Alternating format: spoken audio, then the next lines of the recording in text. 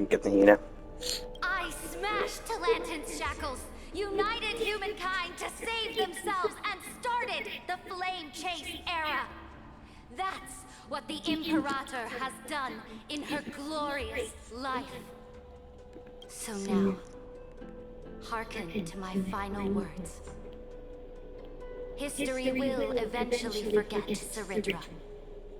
But it will never forget the Imperator's people or the Flame Chase era she began. Final words. Amphorius is about to be destroyed.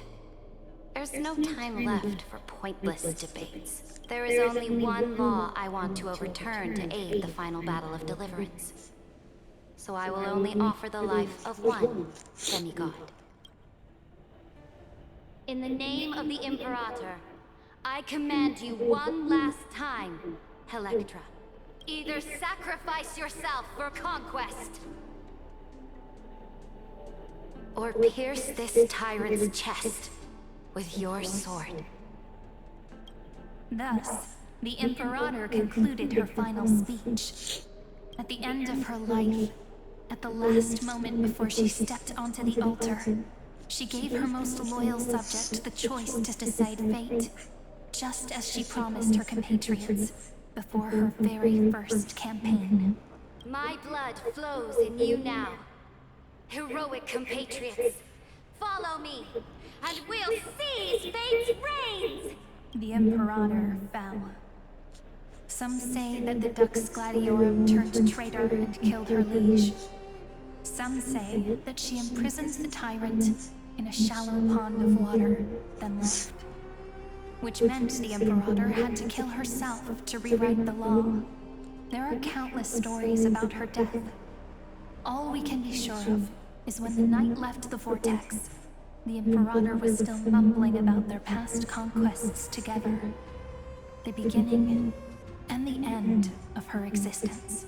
Imperator, wait! How could someone of your status come to the front lines? The troops defending the pass to the west of the grove. Have they surrendered? They ran as quickly as they could when they heard your name. The Golden Cocoon Pass is now in the First Legion's hands. Good. What about the Delosian militia?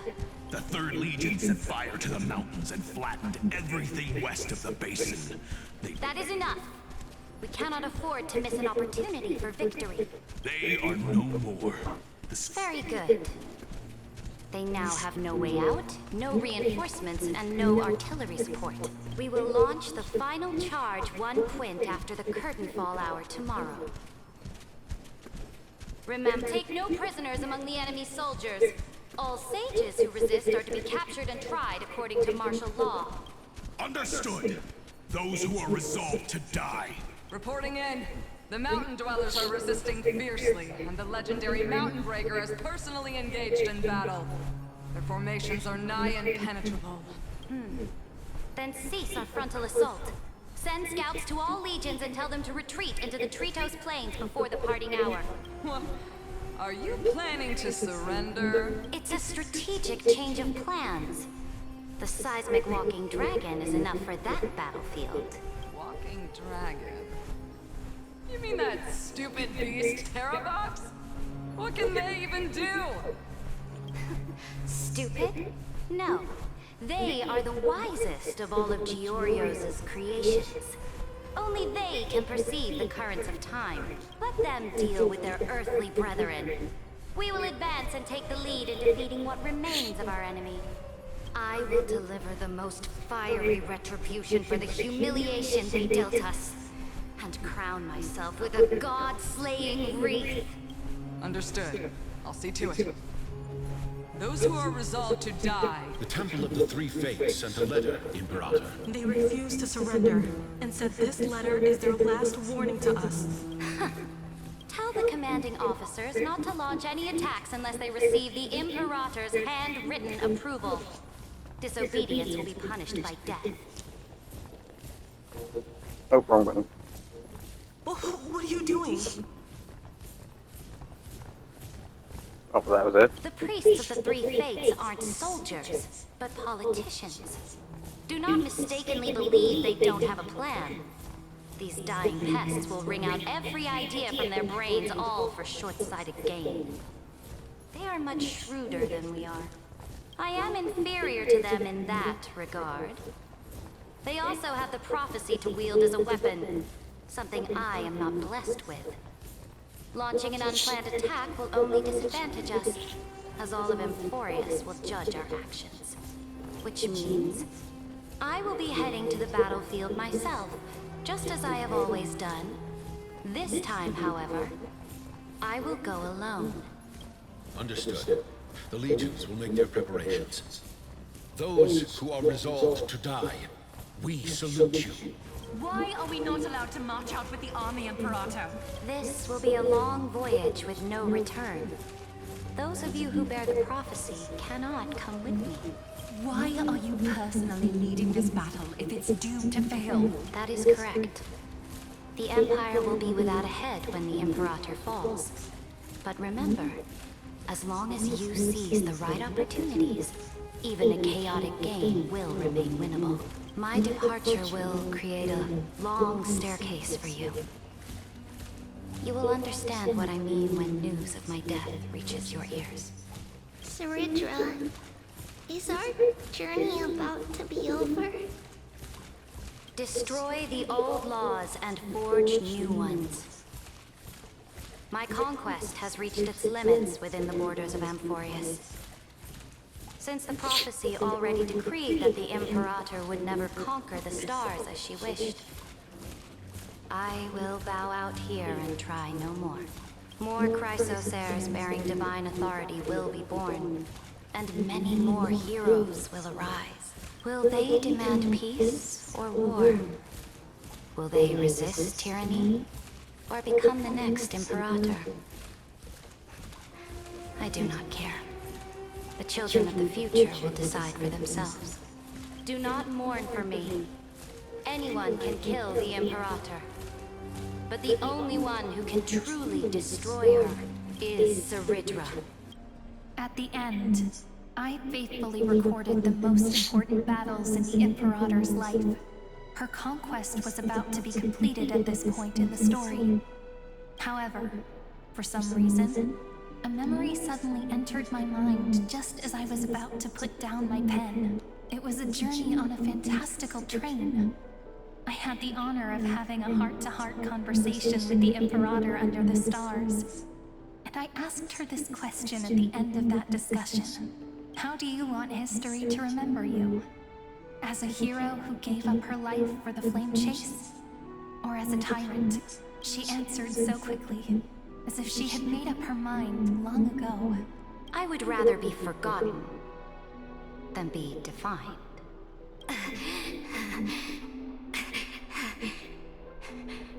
Because the law can be neither eternal nor unchallenged. And only humanity can pen laws into history's pages. Well, let me. I feel I can do that. Now, I have shattered the greatest law of Amphorius. The game is nearing its end, Dux Gladiorum. Even though you killed the Imperator in the previous 30 million cycles, this time you finally found your own law. Then High Sealants, Electra. I will ask someone to deliver the prophecy's ocean at the boundaries of this world to you. Will you choose to swim into that ocean? I do not care. Do not care. The Imperator muttered about her conquests, and news of her death spread in the city. Freedom! Liberty! The tyrant is dead! My people, my fellow elders, do not panic. Stand your ground. That usurper has paid for her ambition with her life. People once cheered for my ascension. And now they cheer for my fall. No matter. I am fond of applause. I see the cosmos, the battlefield that I cannot reach. I will return in the next cycle. The stars will hear my legion's war drums. Hear the great name of the Imperator. Hear Amphorius Serene. To this day, we do not know which rule the Imperator overwrote at the cost of her life. Perhaps the truth will only be revealed at the moment of checkmate. Just like every chess game she ever played, we only know her death inflamed Akama. On one side of the city, those who defended liberty toppled her statues to the ground. On the other side, her supporters put themselves between the masses and her monuments, declaring loudly that the Sovereign is still among the people. It is said that golden blood congealed into the same letters everywhere they fought. It was the name borne by Akama's first and final Sovereign, the Imperator Seridra. But the one who bore that name did not see any of this.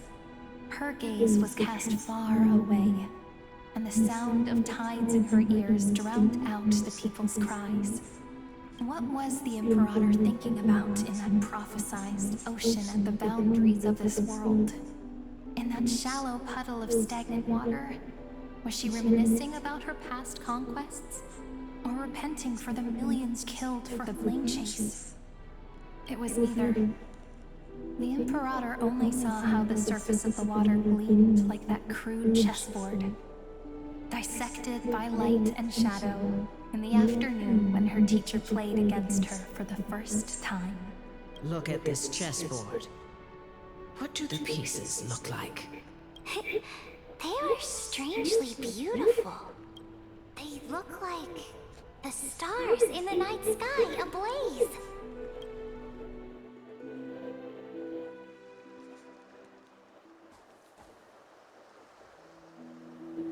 From that page emerged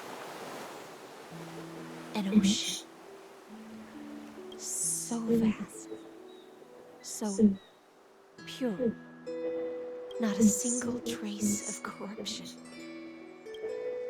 Is this Seridra? Electra, my subject. Ever since you walked out of the tainted ocean and pledged yourself to me, I have seen the abyss in your eyes and the emptiness in your heart. That was why I promised you a new ocean, where the Imperator's ambitions would serve as the currents, and loyalty would be its light. Electra, my subject. You have done your duty as my blade. The prophecy has now made its final decree on the road I intend to walk. My conquest is doomed to never reach the stars. But the Imperator never makes empty promises. So take this memory, this ocean, beyond the sky, as witnessed by the Deliverer. This is the final gift that the Imperator can leave for her subject.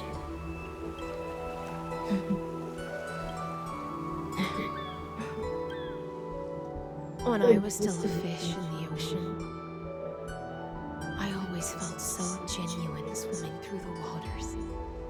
But once I stepped onto land, I found myself caught in a play.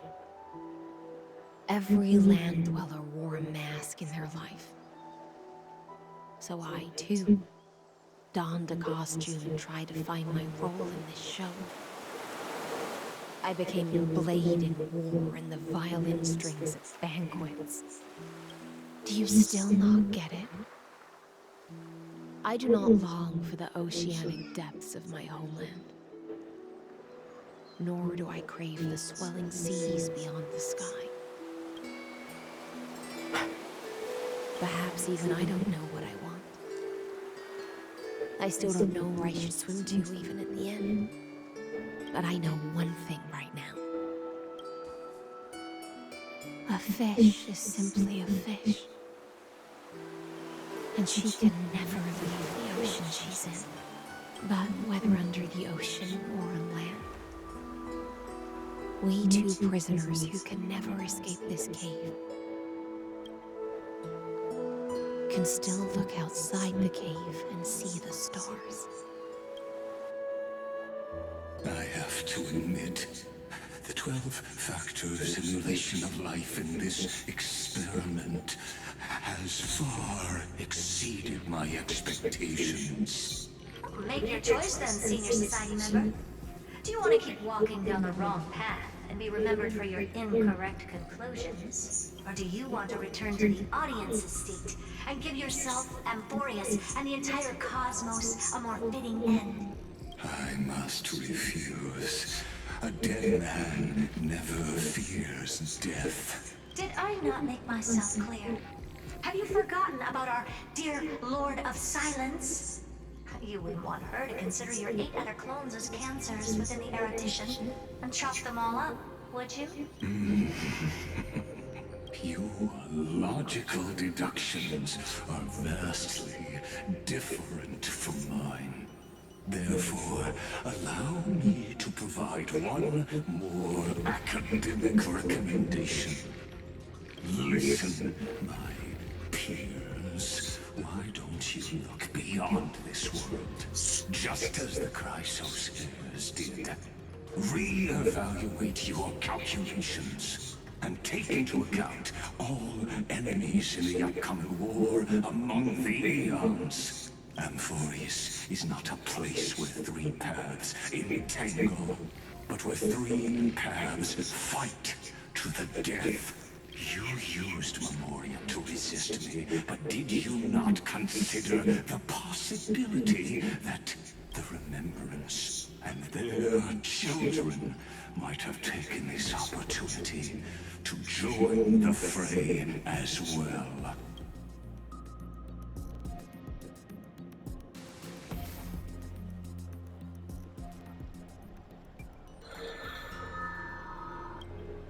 Oh. So this isn't just silence. It's the answer. What was the last thing she said to you before you parted the waters at the Scale Gorge waterscape? A tricky question, but one with a simple answer. She didn't say anything back then, right? He's still here. I fucking knew it. He stayed. He didn't leave. And now I'm sure. You are not March 7th. There's no way she would remember that detail. There's no way you're March 7th? She's too stupid! Fucking incredible. She's like, you gotta be kidding me. I'll only warn you once. Leave her body. How impulsive. That's not like you at all. Why don't you calm down and think about another possibility? I didn't take over March 7th's body. Rather, it's March 7th who regained my memories. There it is. Okay, that's roughly where I expected. And then it's gonna be interlude? Yep. Dude, are you fucking kidding me? Yeah, shut up. Jesus Christ, man. Oh, we got a shit ton of these. Damn, how long is this fucking story? It's so long. People are gonna have to do this for the first time. They're gonna spend like They're gonna spend a week straight just trying to get through the story. Like, actually. It's so long. It's so ridiculously long. It's actually wild how long it is.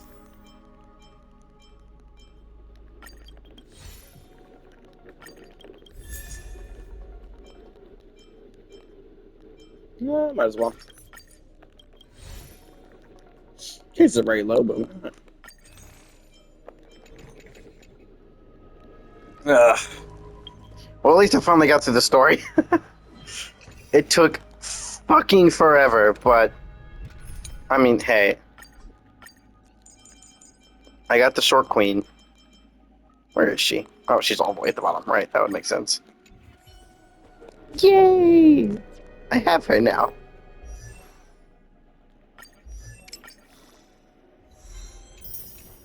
The sovereign shall walk ahead, and their people shall follow them.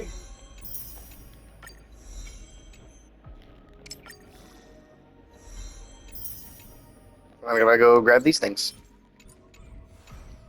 Oof, and this is around the same time my body is actually starting to overheat, so perfect timing.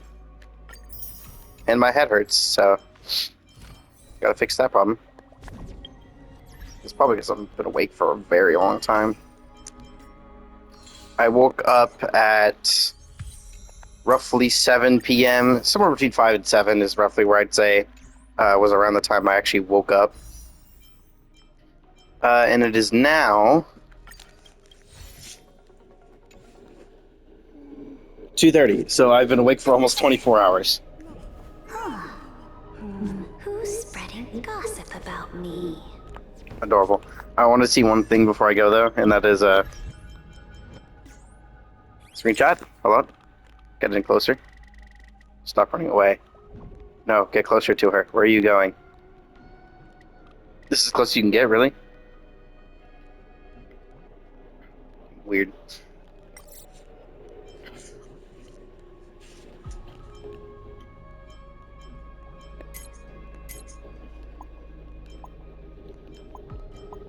Oh, let me find the wall real quick, so I can actually get the camera close.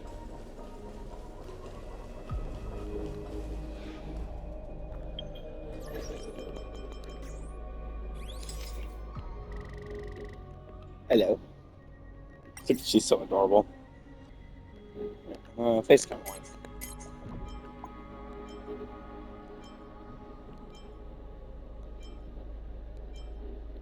I think this is gentle. I like the side one. She's so cute. She's adorable. I love her design. And that's it. I have a headache. I'm gonna go sleep. Nice.